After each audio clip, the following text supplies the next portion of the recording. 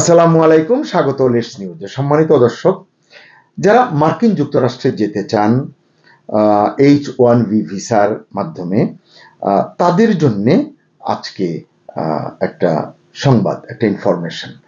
এটি বলা হচ্ছে যে সংবাদটি এসেছে, এটি তাদের জন্য এক ধরনের একটা ধাক্কা, তাদের জন্য এক ধরনের, কারো কারোর জন্য হতাশা, কারো কারোর জন্য হয়তো আশা, কিন্তু এটি ধাক্কা, এটি বলা হচ্ছে। অভিবাসন বিশেষজ্ঞ যারা, তারাও কথাটি এটি বলছেন। এ কারণে এটি নিয়ে সংক্ষেপে কিছু কথা বলতে চাই। আমাদের দেশ থেকে যারা H1B ভিসায় যেতে চান, তাদের হয়তো এটি কাজে লাগবে। সংবাদটি কেউ কেউ হয়তো দেখেও থাকতে পারেন, এটি গণমাধ্যমে এসেছে, আন্তর্জাতিক গণমাধ্যম থেকে আমি এটি সংগ্রহ করেছি, সেখান থেকে আপনাদের উদ্দেশ্যে প্রতিবেদনটি করছি। 1 এপ্রিল থেকে আমেরিকার, এই সংবাদে যেটি বলা হয়েছে, আমেরিকার H1B ভিসার নিয়ম বদলে গেছে। এখন আর এটা শুধু লটারির খেলা হিসেবে থাকছে না, এটা এখন স্কিল আর স্যালারির যুদ্ধ হয়ে যাচ্ছে, মানে বেতন, ওয়েজেস এর মধ্যে এটির ফয়সালা হবে।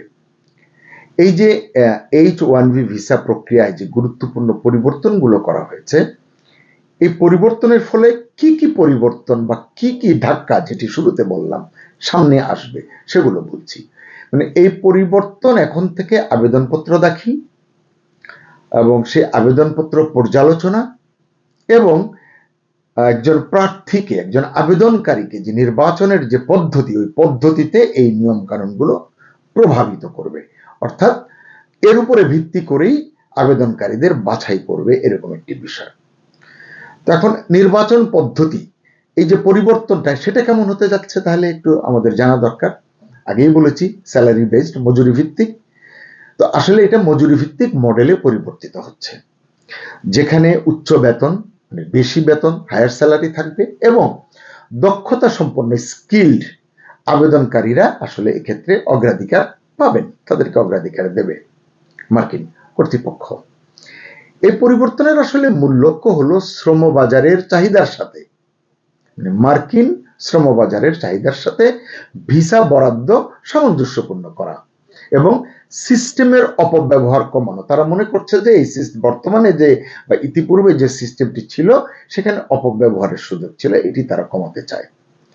আরো যদি সহজ করে বলি, এর অর্থ হচ্ছে এখন থেকে এই ক্যাটাগরিতে নির্বাচিত হতে হলে আবেদনকারীদের উচ্চ বেতনের পদ এবং শক্তিশালী জব প্রোফাইল, এইগুলো নিশ্চিত করার দিকে মনোযোগ দিতে হবে।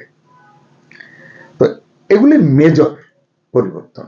তো প্রশ্ন হচ্ছে যে এই যে নতুন পরিবর্তন হলো, পরিবর্তিত প্রেক্ষাপটে, এই খেলায়, এই প্রতিযোগিতায়, এই লড়াইয়ে কারা টিকবে আর কারা ছিটকে পড়বে?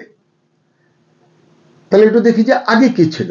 শুরুতেই বলেছি লটারিতেই নাম উঠলেই সুযোগ মিলতো, এরকম অনেকটা এরকম ছিল। কিন্তু এখন ওই যে বললাম ওয়েজ বেসড সিস্টেম, মজুরি ভিত্তিক বেতন কাঠামো, মানে যার বেতন বেশি, যার স্কিল বেশি, দক্ষতা বেশি, সেই আগে সুযোগ পাবে। সহজ ভাষায় কম বেতনের চাকরি দিয়ে H1B ভিসা পাওয়ার দিন মনে হয় মোটামুটি শেষ। আরেকটা পরিবর্তন এখানে আছে, 1 এপ্রিল থেকে পুরনো ফর্ম I-129, মানে 129, I-129 এটি আর চলবে না, এই সংবাদ সেই তথ্য দিচ্ছে।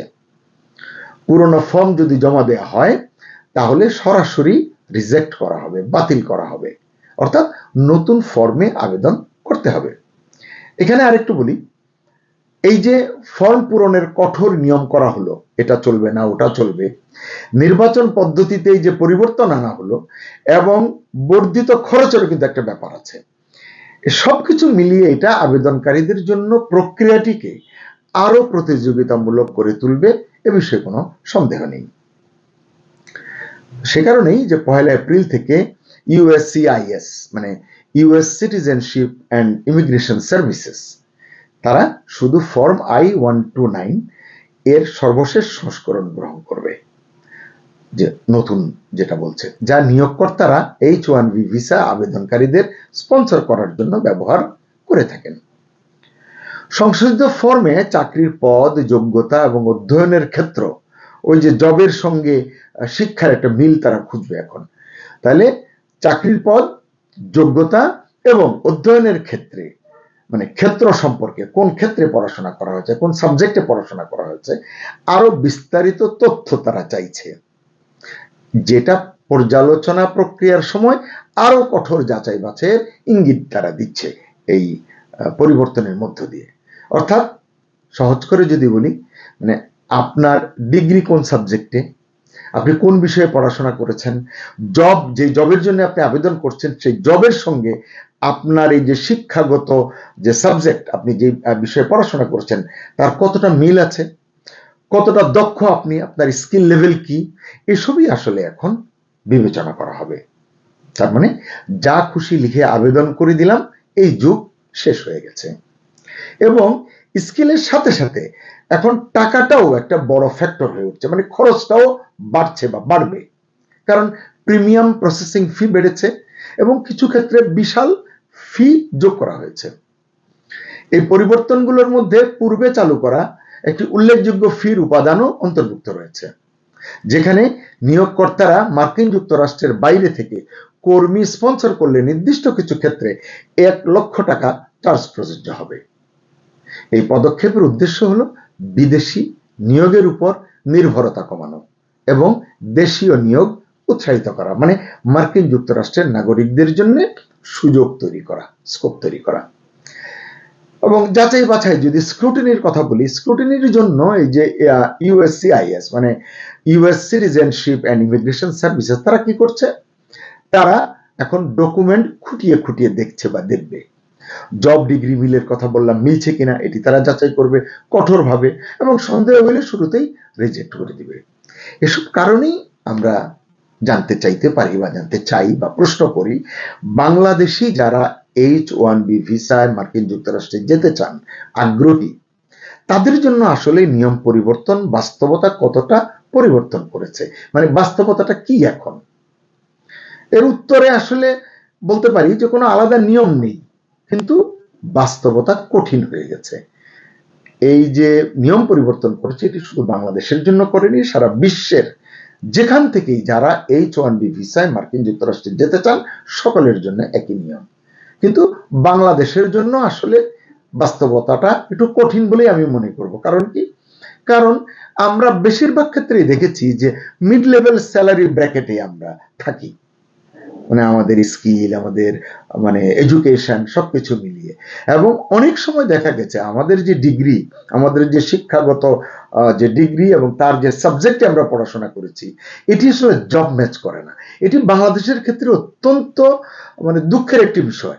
আপনি বাংলাদেশের ভেতরেই খুঁজলে দেখবেন, ইসলামের ইতিহাসে পড়াশোনা করেছে, সর্বোচ্চ ডিগ্রি নিয়েছে বিশ্ববিদ্যালয় থেকে, কিন্তু তিনি এখন ব্যাংকের ম্যানেজিং ডিরেক্টর বা ব্যাংকে চাকরি করেন, জেনারেল ম্যানেজার বা অন্য কিছু, বা ধরেন সাহিত্যে পড়েছেন, তিনি এখন এমন একটা প্রতিষ্ঠানে ফার্মাসিউটিক্যালের একটা দায়িত্বশীল পদে তিনি কাজ করছেন।